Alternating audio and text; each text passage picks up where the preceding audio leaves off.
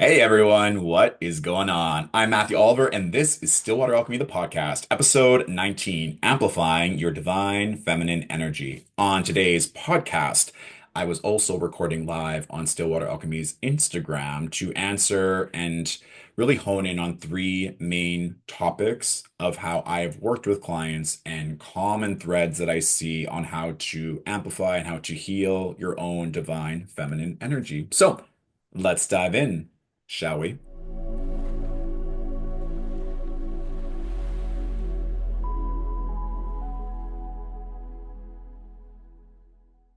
So, if we are talking about the divine feminine energy, there are things that come up all the time around certain clients. And I've worked with many, many clients, many, many angels all over the world. And there are things that come up all the time.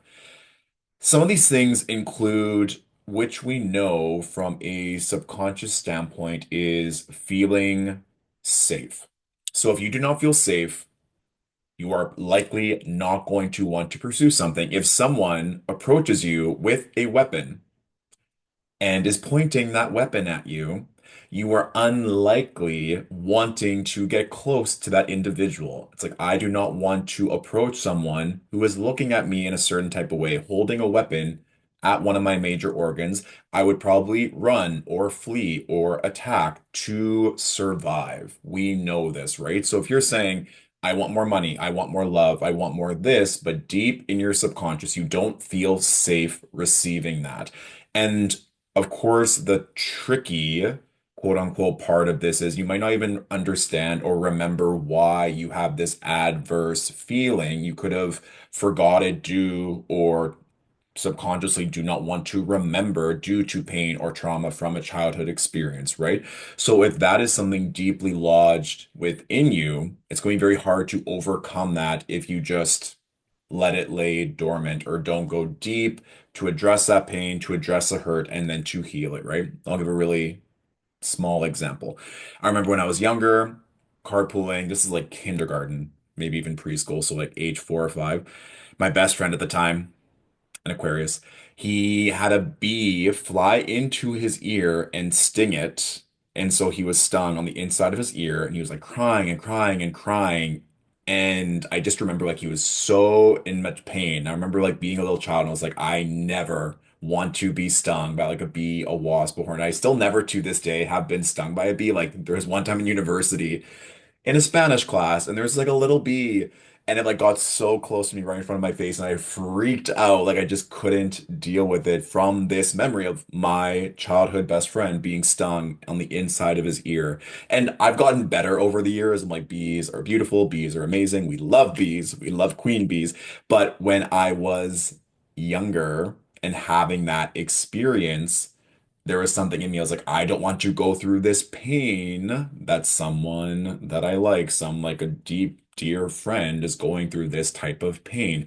And that's also the thing as well. It could be you seeing it or having that experience when you were very young with a sibling, with a loved one, with someone that you care about, that you're like, I do not want to have to experience or go through that type of pain, that type of trauma ever again.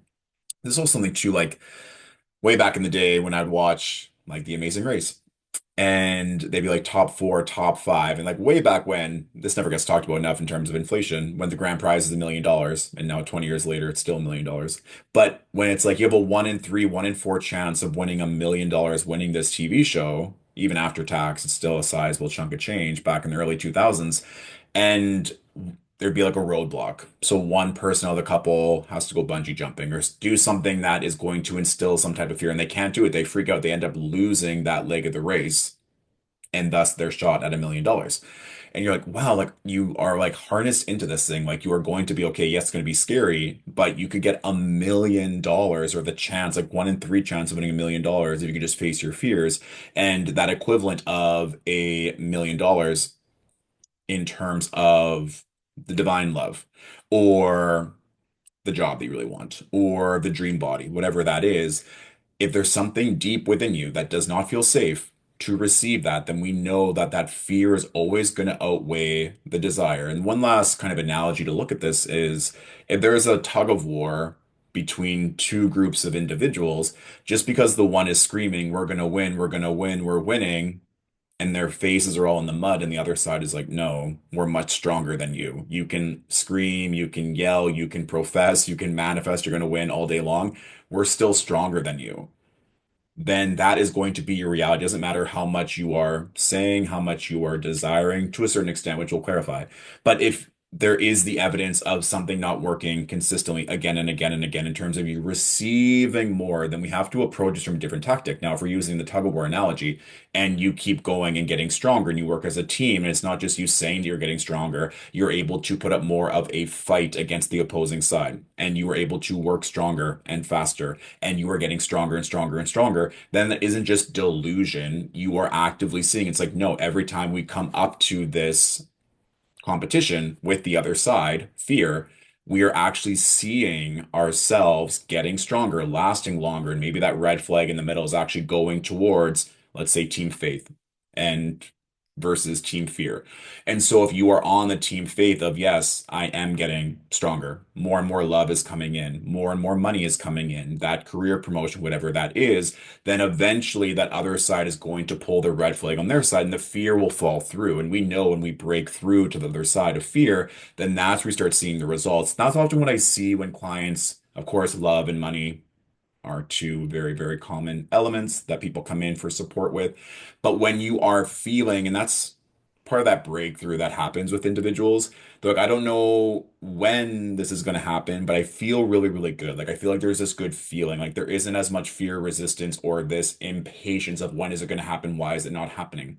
They are already feeling that it is getting better. That's not to say you can't have moments of frustration or wanting it now.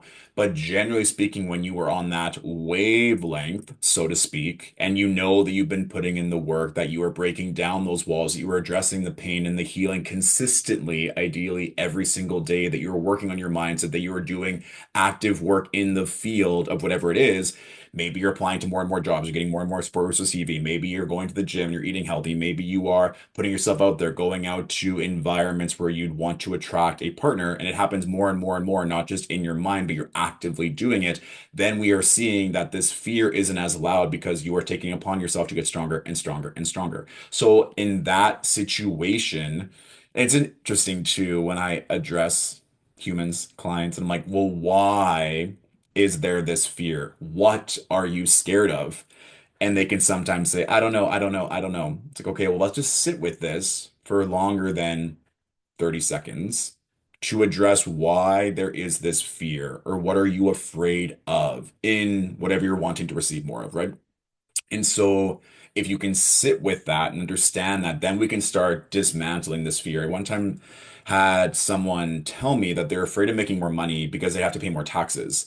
And that the whole notion of doing taxes was very complicated. And they, one time when they were younger, had this massive interest bill and they didn't want to have to do that. And they even understood that. They're like, okay, then what do I need to do to dismantle taxes and the fear that I have around taxes and making a mistake? And then potentially you can even go deeper. It's like, well, why am I afraid of making a mistake, quote unquote? Like, what's so wrong about making a mistake? That someone be like, oh, you just didn't fill this out properly. Just put this in this column, and then you'll be okay. And even with that as well, if you were chastised for quote unquote not being perfect, and anytime you made a small mistake or didn't know how to do something, that you were scolded or ridiculed, and that really made you fear withdrawal of love, then it can even go even deeper than that. So that's the thing. It's like all these things are connected, but when you can just really dismantle it, then you can actually go step by step. Hello, at the time of me recording this, it's Virgo season, to understand where the fear is originating from so we can go to the very origin of that fear to heal it, right? In terms of even gardening, if anyone has ever gardened before and you're pulling weeds, it's like, no, you want to get to the root of the weed. Just kind of like cutting off the top of it doesn't really do much. It's like it's just going to grow back and it's still going to suck away the nutrients and the life of whatever it's growing next to in the garden. So we want to go deep, deep, deep, deep, all the way down to best support us, okay? Now, in terms of, as I mentioned, it's like it's daily. And some people are like, I don't like journaling, I don't like visualizing, I don't like meditating. Well, what do you like doing? Like it's kind of insane sometimes. Like I'm sure many humans don't like paying taxes. and don't like being disciplined with their nutrition all the time. But eventually, again, if you're staying consistent, you're like, wait a second, actually, me showing up and journaling, saying mantras aloud, casting spells, doing magic, praying, whatever that is, this is actually working. It's actually allowing me to get stronger and stronger. Maybe there's actually something to this. Maybe I was the whole problem the entire time. And when you can get past that of the lack of discipline, the lack of effort, the lack of faith in doing something, and that's the thing, like if you listen to the greats in any industry, just do a little bit of research of who you're inspired by. People have been working on their goals, on their dreams for years, decades, 10, 20, 30 years, and humans give up. It doesn't happen in a month. It's like, what is happening? And fair enough, there are people that have been working on certain elements for 5 years, 10 years in terms of the career, the money, the health. But if you have truly been putting in disciplined effort for that long, it's likely you're not at the same place energetically, physically, spiritually, emotionally that you were at the very beginning. We know this.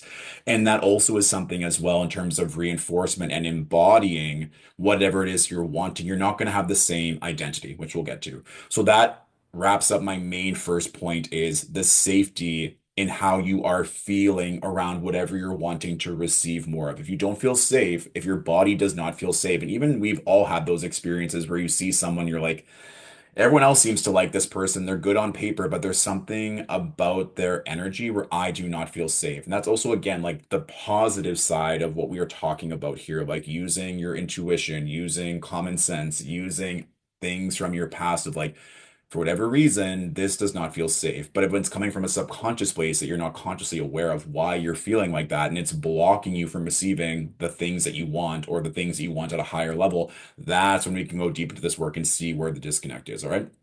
Now, the next one is your voice. This comes up so much every single time. And I have a lot of clients and even a lot of friends, and I've been there too in the past personally, where it's like I have a hard time asking for help. And so when they need that extra support, it's like they think that they are weak or it will diminish power or control or their ability to welcome this energy in. And I think the biggest thing that I see a lot with clients is that they think that by asking for help that they are weak. So if your body is saying, "Hey, I'm hungry. Hey, I'm thirsty," would you think that your body is weak for asking for nourishment, for asking for support? No, of course not. And it really is just decompressing. It's like, okay, so where in your past, if we're going back to point one, where in your past was there chastisization or being ridiculed or being made fun of for asking for help, asking for support, asking for love. And a lot of times, what I see again and again and again is that they didn't get the love that they wanted or needed when they were a child from a parent, from a guardian, from a friend, a first lover, whatever that is. So now they want to avoid that pain, that abandonment, whatever it may be, by not asking for help, by not being vulnerable. And that's also kind of connected to this as well in terms of using your voice. Everyone wants to like be inspired, have that muse like energy, fall in love, be happy, but then they don't want to be vulnerable and be emotional. Having emotions is weak. That doesn't make any sense. Sure, if you are not able to control your emotions and they just go everywhere and affect everyone adversely, just like if your mind and you were a know-it-all and took up all the oxygen in the room, that would be the difference between like intellect and confidence versus arrogance and like being emotionally unstable where people don't even know how to connect with your emotions. Like, of course, there's going to be exaggerations of all of these elements in our life. We know that. But if you are wanting to have a conversation, if you're wanting to ask for support, then that is something, if you're wanting to receive more, to embody that feminine energy, then how do you ask for support? How does it feel safe to receive support, whatever that is? And sometimes we have to remember humans can be very, very precious. They don't even know what they're doing. They don't know how to support you because you are not saying anything, one, but two, maybe they've never been in that position. Maybe this is the first time of them being in a power position if we're talking about in work.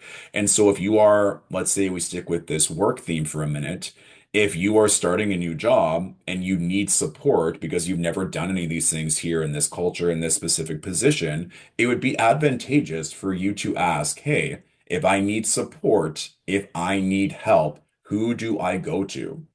And if you're wanting support from that superior, that mentor, you could also ask, hey, If I want to have your time to receive a check-in, to get a performance review, how would be the best ways to schedule that? How can I receive that support? And that's all it needs to be. And this is also something as well that in terms of using your voice to support yourself against wasting energy around giving energy that you don't have, you can also just say no. Say no to people, say no to opportunities you just don't physically have time for. That way, you are using your voice to say no to then pour back into yourself, whether that be self-care, whether it's just having time and having that space for you. But a lot of people, in terms of people pleasing, or again, that fear of abandonment, withdrawal, not being able to be in connection, not being desirable, whatever it may be, they're like, no, I want to say yes to everyone, but you don't need to say yes. Saying no is great, especially if you have a lot of Scorpio, Aries, Capricorn, Aquarius in your chart. Scorpio and Aries, traditionally ruled by Mars, Aquarius and Capricorn, traditionally ruled by Saturn. Ultimate no planets. It's like, no, I don't want to do that. No, I don't have time for this. No, that doesn't seem aligned. No, no, no. And again, no doesn't mean never. It just means in this moment, there is no energy for this. So if you can learn how to say no yourself and be comfortable saying no without the fear of, is that person going to gossip around me? Are they going to attack me? Are they going to denigrate my worth? Whatever it is, then and or when you are needing to ask for support from other people, if they say no, not yet, I don't have the capacity, it wouldn't really hurt you or affect you because you also understand the value of people on like receiving that and also being open to hearing no or not yet or I cannot, right? So that's often a way for me of like, well, then why? What is the biggest fear of not asking for help, asking for support? And I can, of course, empathize, understand when it's like professing your love and hoping that you can take a romantic partnership to the next level of being very vulnerable, wanting to receive more love. Of course, there's always going to be fear, though. That's the thing. When you are moving into uncharted territory where you don't have a map, where maybe there's not even the energy of the proverbial light, you're going into the unknown in whatever area, there is going to be fear. If any of you have done body transformation when you're at the gym or when you are running or doing yoga or doing anything like I've been getting back into yoga and doing some of these poses and you're like, I don't know if my body can move that way. I do not want to put extra stress on certain parts of my body because I don't want to slam into the ground or knock the person over to me who's like a foot beside me. So the fear of not only hurting myself but affecting someone else's practice and everyone looking at me a certain type of way is very real. So it's like I'm just going to start slowly and work into these more advanced poses because I don't want to hurt myself and I don't want to hurt other people, right? And so this notion of there's likely, like we said, with the fear in the subconscious mind, when we're using our voice, it can be step by step. It can be in a sense of maybe if you're wanting you can be cheeky as well, especially for the mercurial dominant angels in the crowd, in the audience listening. If you want to be like, hey, I have a question, it's kind of like that token 90s trope. It's like, oh, my friend's really into you. Like, how would you feel if they asked you out? If that's for you. Or it's like, hey, hypothetically speaking, if someone needed your help today, would they be able to receive it? Like, there's other ways in terms of tactics, in terms of getting what you want. If you keep doing something again and again and again and again and again, and you're not getting the result, then we want to change our tactics, right? If you ask for money from someone and they say no, and then you ask with a smile and a wink, or if you're more aggressive, a different tactic may get you the money. A different tactic may get you support. But again, this notion of I did it once and it didn't work, so I'm going to give up. I don't know if that's ever a positive strategy or if that's ever worked in any capacity in human existence of trying it once, twice, 5 times, 10 times. You didn't get your positive resolve. You're going to give up. I don't think humans would have survived very long if they tried a handful of times and didn't get what they want. It's okay. Then how can we try this in a different way? How can we get support to understand how we can use our voice in all of its glory to receive. And that's also something as well, if we're going back to our mind and what we are thinking, and then how we feel, just in terms of the chakras, like third eye, crown, your throat, and then your heart. So if there's a disconnect with the throat, it's going to be hard for your heart and your mind and your intuition to really all connect because the throat is busted, it's broken, it's not able to ask for what it wants and what it needs.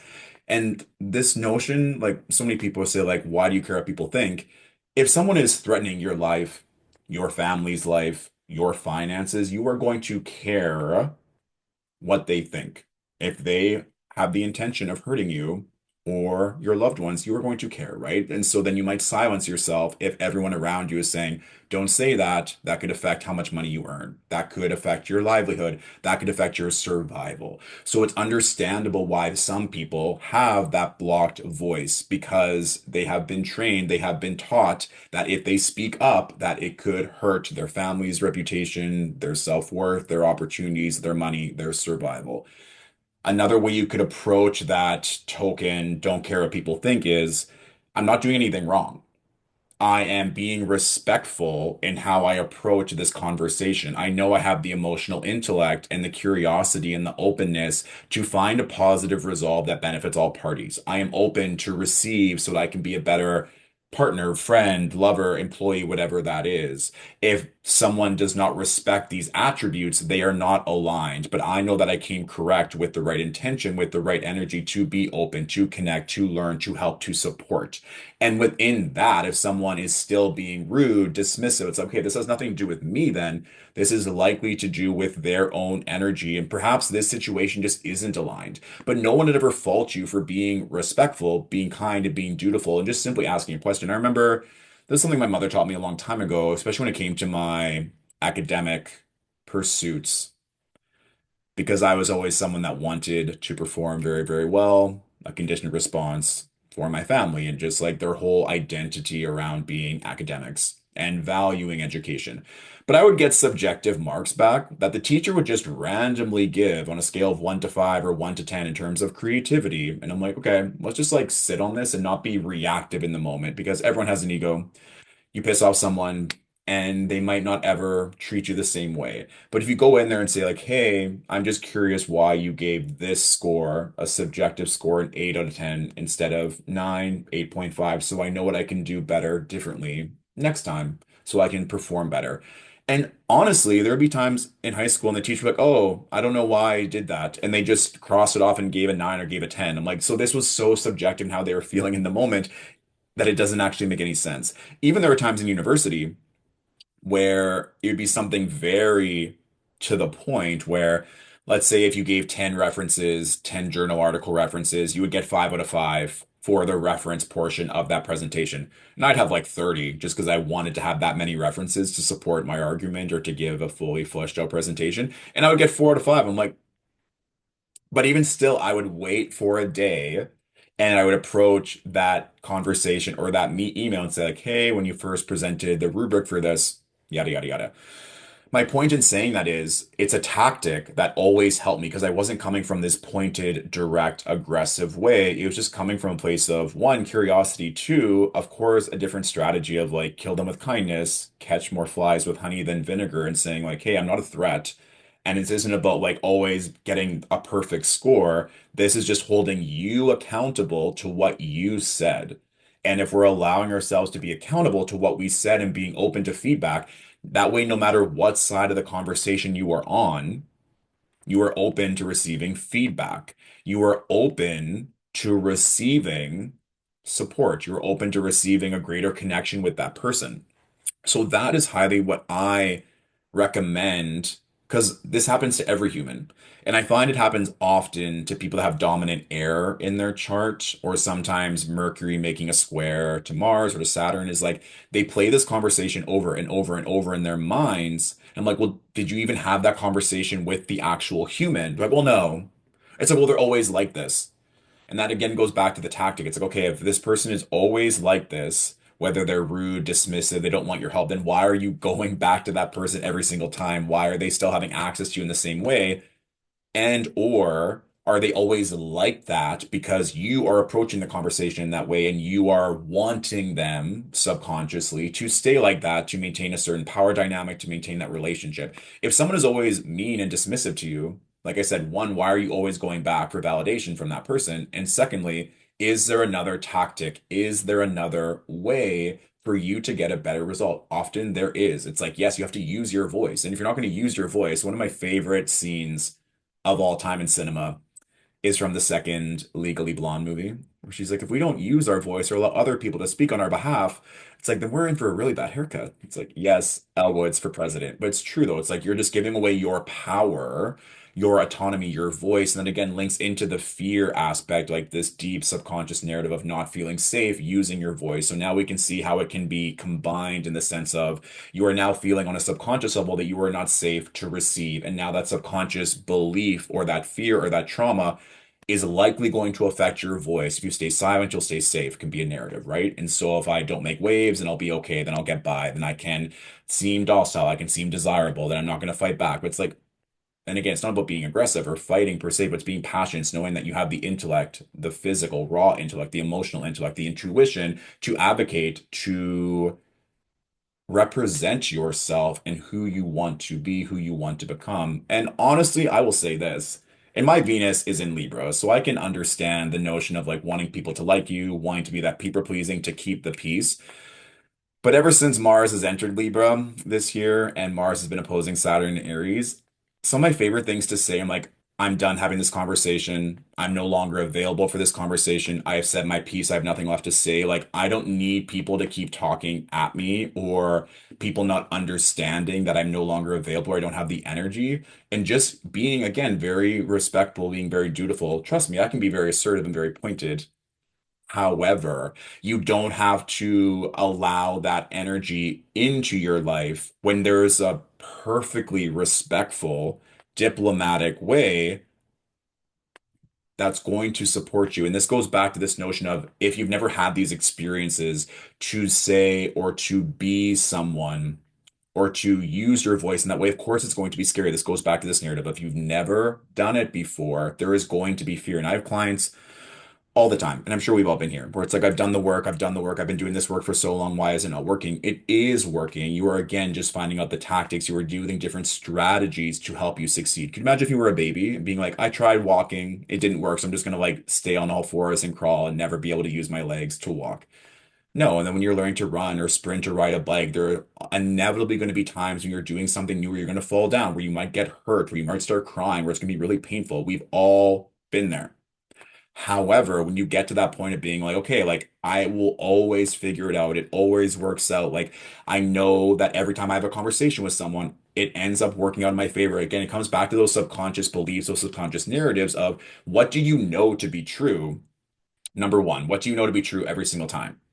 And let's say if you were younger and you got sick and you're like, this is really painful. I remember the first time I got like a booster at school when I was like 3, 4. I was crying, crying, crying, like in the kitchen, crying, crying, crying. I was in so much pain. Like this hurts so much. I'd never gone through that type of needle or shot or whatever, right? My mom at one point she was just like, you have to start crying. I know it hurts. It's going to go away. And that did go away. But it's like that first initial pain where you don't know if you're ever going to be okay again. And then you do. And then you're like, oh, that actually wasn't that bad. And then you do it again and again and again. Like you still might have an aversion to needles. You're like, oh, this is going to hurt, but it's not going to hurt as much as you thought because you've been through it again and again and again. The first time you get a common cold, there's pain, but then you're like, okay, I know what I have to do. I can take the medication, I can hydrate, I can just let my body rest. Let your body rest, and then you get better. Shocking when you give the feminine power, everything works out. So it's just something that when you realize where it comes from the subconscious, then you can use your voice. How can you marry those two on a daily basis to support you, to support your feminine, to allow yourself to receive more? The last point I really want to make that encapsulates all of this is going to be your identity. If you are someone who identifies as a conflict adverse individual, like I hate conflict, I don't want to have a conflict, I want people to like me, I just shy away from all fights. It's going to be really challenging when you are feeling frustrated, when you are feeling upset, but you are conflict adverse. You're like, I don't want to fight. I don't want to fight. I'll just do whatever you want. It's like, okay, because that's part of your identity you're making where it's like, I don't fight. I never get in fights. I don't like fighting. And this notion of like, why is that your identity and is that serving you versus if you're someone, I'll just give a personal example. People compliment me on my skin. I'm very grateful. I love having beautiful skin. And I do a lot of things every single day to maintain the identity of someone with nice skin, period. And if anything happened to my skin, I know I have all the potions and lotions to get my skin back to the way that I want it to be.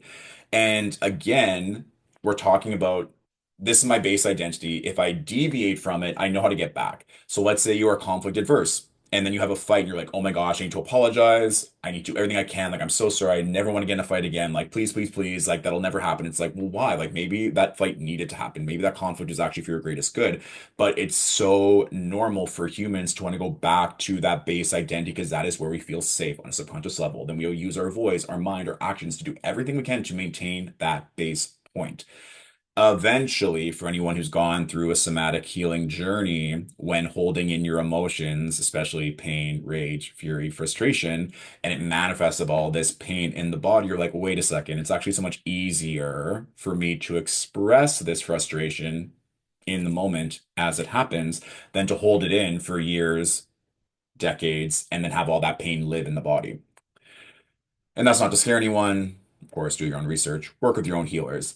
But I am saying from my own healing journey, what I have found to be true for me, that when I can just express these things in small doses in the moment, one, I feel better instantly. My body feels lighter. Second of all, I don't have to deal with that irritating energy because I advocated for myself and I released it from my body. And third, sometimes it just feels good. Going back to one of my original points, like it feels good to say no. Once you can embody that, it's like when people are like, I don't like eating healthy, I don't like going to the gym, I don't like exercising, I don't like doing this. And then when you start doing it a bit more and more, you're like, wait a minute, why did I have this adverse relationship to X, Y, and Z? Even going back to the very beginning of this, when I was talking about the individual who is afraid of making more money because of taxes, again, this is my belief. Take it if it resonates.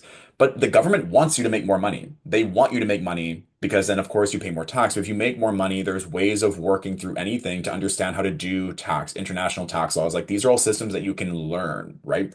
So if these are systems that you can learn, that you can work to your advantage, that there's ways to deciphering, ways to make easier. Sure, it might not be the most fun experience, but you're like, I respect these structures. I know it benefits lots of people. It helps our country run, allows for this and that within my home country. These taxes get to benefit a lot of people. I'm not going to have this negative, adverse fear to this. Actually, by me understanding this, I get to educate myself. I get to help other people who are also struggling through this. And that's often, in my opinion, when we go through something really painful, really traumatic, it becomes part of our story. It also illuminates and helps other people feel seen. It makes them feel understood as well. And then we also get to help other people move through that challenging time. And that's why we listen to music. That's why we watch TV and film. That's why we log arts. Like we can feel this inspiration. We can feel this healing. We can express and understand these emotions that are within us. And we know that we're not alone, which can then counter that notion of abandonment or that no one will love us because like no other people feel like I do. People also have these same experiences, they have these same emotions, and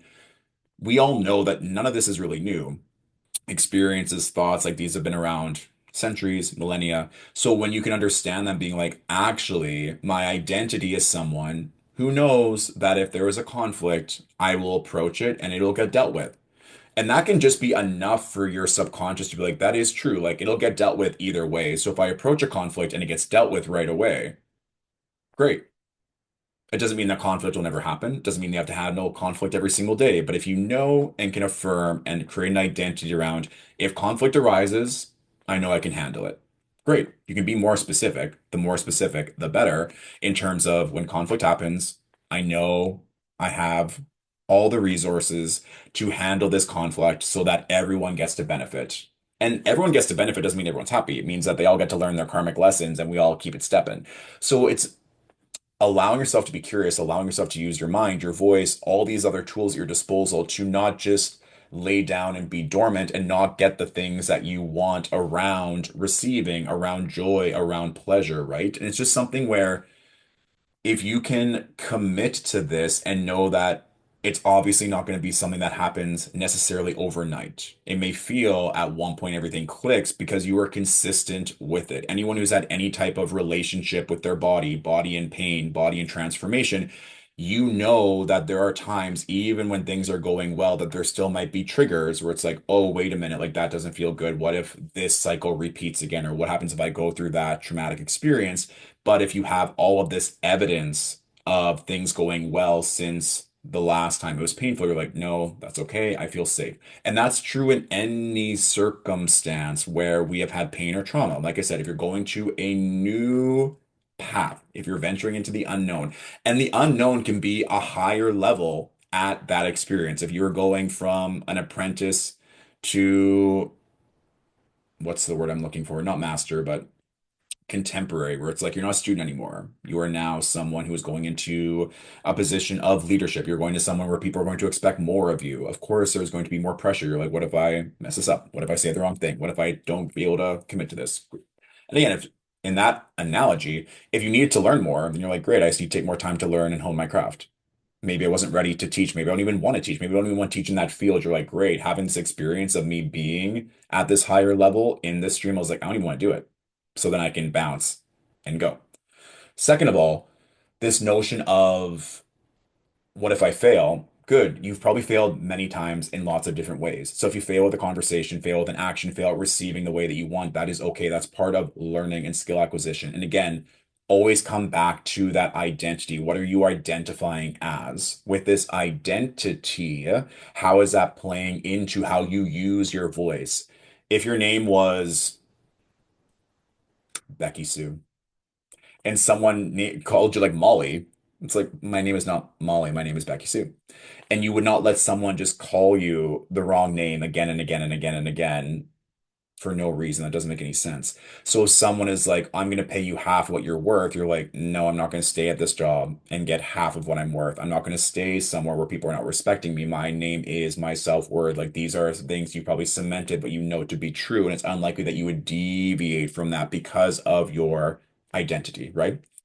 And so, with that being said, when you have your identity and you use your voice, then we get to go deeper into that subconscious narrative and say, okay, then what is this? And how can we consistently show up in this identity and using our voice to change these deep-rooted beliefs to get a better outcome? So you can kind of go whichever way feels best. You can start with subconscious and start with this new belief, advocate it, speak on it, give gratitude to it for it then to be a new identity, or you can work with the identity piece, consistently affirm, have conversations, be in the vicinity to embody this identity, and then it's going to start planting seeds and growing on a subconscious level. So it just depends. And again, there's going to be different parts of our life where you might be zigzagging and going from one end to the other. But generally speaking, that is what I see across the board when I'm working with clients in wanting to obtain something new or work on certain parts of their life to acquire more things. It's also very interesting, and take this if it resonates, as with anything that I say, and hopefully anything anyone says. But humans make it so much more difficult. They're like, that'll never happen. It's too good to be true. You don't know what you're like. They just shoot it down instantly. It's like, this is a glorified stimulation. None of this is real. So if you want whatever you want, it's like, great, I'll find the program code to type in and then get what I want to get. So if you want a job where you work X amount of hours and get paid, if someone's like, yeah, if you walk 5,000 steps and then do it every single day, and within a year, you'll be healthier than you could possibly imagine. You're like, okay, so all I have to do is walk 5,000 steps, and at the end of a year, I'll be the healthiest I've ever been. If you choose not to do those 5,000 steps, that's up to you. But if you know that if you consistently maintain something at whatever cadence and you would get better no matter what, and you choose not to do it, then that's just on you. And that's okay. You might come back later on to do that 5,000 step analogy when you have the capacity. Maybe you're like, well, that isn't my main motivation. Or maybe you're healing a leg injury and you're like, it's actually really painful for me to do 5,000 steps. I understand that, but I have to heal first. Great. Then focus on your healing. But then perhaps after that year, then you're like, now I'm going to start running. Now I'm going to start swimming. Now I'm going to start doing yoga. Now it's not just about walking 5,000 steps. It's part of my identity as someone who values health, values my body. And now you wouldn't have any wounds around movement or your health or your body because you spent that time working on it. But if you're not going to work on your health, your body, love, relationships, whatever it may be, it's not going to get better. So at the end of the day, if you want to do this, if you want to show up for yourself, it's going to become a new identity. Yes, then there are going to be relationships that test that, and that may distract you to be like, are you actually committed to maintaining this identity, even when it's hard, even when there is temptation, even when there's third-party energy and temptation trying to pull you out from that, which is its own conversation when people think that like third-party energy is this like monstrosity and cheating and open relationships. I'm like, humans cheat on themselves every single day when they don't commit to their goals, which is again another conversation. But what I will say is that you just get to choose what you're prioritizing, what your identity is, how you're using your voice, and then tending to those subconscious energies. All right? Boom. So that's all I got. Let me know how that resonates. Let me know how you have been working with that. Of course, if you're wanting to do more work with regard to the Divine Feminine, I have the Divine Feminine Unlocked coaching package, which is available until the end of August. It's incredible. We go into this energy, we dive deep into the conscious. I also look at your natal chart. I look at the archetypal energies of your moon sign, the moon phase that you were born under, the aspects that your natal moon makes, your progressed moon phase, your progressed moon sign. I also look at Venus, the Venus aspects in your chart. I look at your lot of arrows, the ruling planet of your lot of arrows. So you understand how you even show up. If you're someone who loves conflict and someone's like, no, you can't be that assertive, you can't be that aggressive. You're like, no, I want to get to the heart of it. I want to be in this energy right now and deal with it in the moment. I'm not going to just let it lie. And it's like, okay, then how can we utilize that already passionate Martian energy to your advantage? If you are someone that doesn't want to work a lot, and you know that you can just receive and people will just give you money and flowers and gifts. And it's like, why would you work against that unless you absolutely felt called? But there's all this conditioning from society, from family, from everyone that has an opinion of like, you should show up this way when already in the natal chart, astrologically speaking, there's already gifts that you have and ways that you can show up that are going to support your soul in the way that it wanted to navigate this 3D existence. So, message me, contact me. You can always get a hold of me in one way or another. And I'm wishing you a fabulous start to this Virgo season and the upcoming eclipses. And I'll talk to you soon. Mwah, mwah.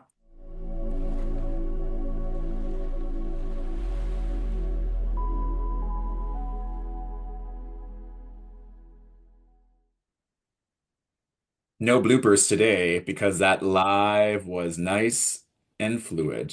But for those who stuck around to the very end, know that I love you and thank you for tuning in. And if you need anything, just let me know. Mwah. Bye.